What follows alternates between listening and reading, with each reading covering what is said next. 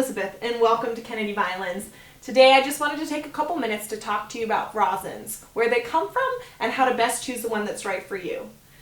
Basically, it all comes down to personal preference, so don't be afraid to try different kinds of rosins and several of them until you find the one that works well, just for you.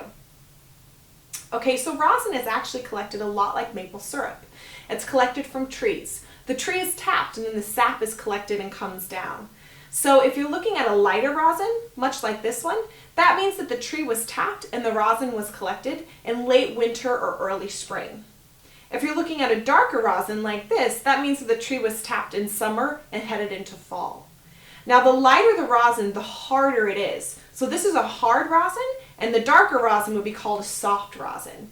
So when you think about the climate that you live in, if you live in kind of a dry climate like Arizona or Minnesota, then you would actually want to consider maybe using a softer rosin because of how dry your climate is.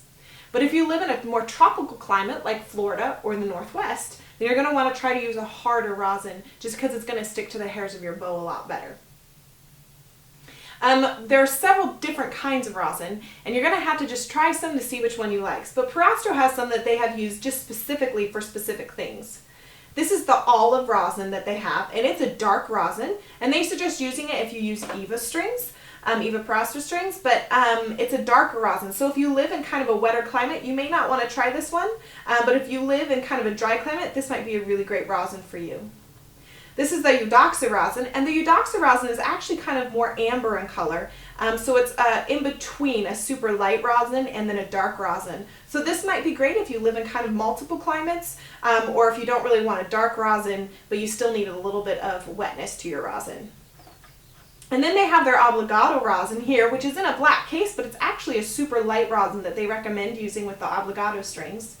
And then they have my personal favorite, which is the Pirastro Gold Flecks rosin, which is this one right here, and it actually has flecks of gold in it that they really say pulls out more of the sound. I've been using this one for a couple months and I've really enjoyed it.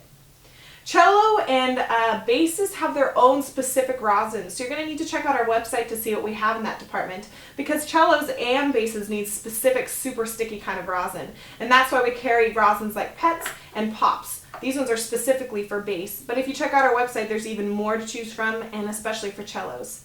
Now, if you're somebody that really struggles with allergies, then you're going to probably want to try one of our rosins that's actually allergen-free, and basically these are manufactured in factories using chemical resin instead of resin collected from trees.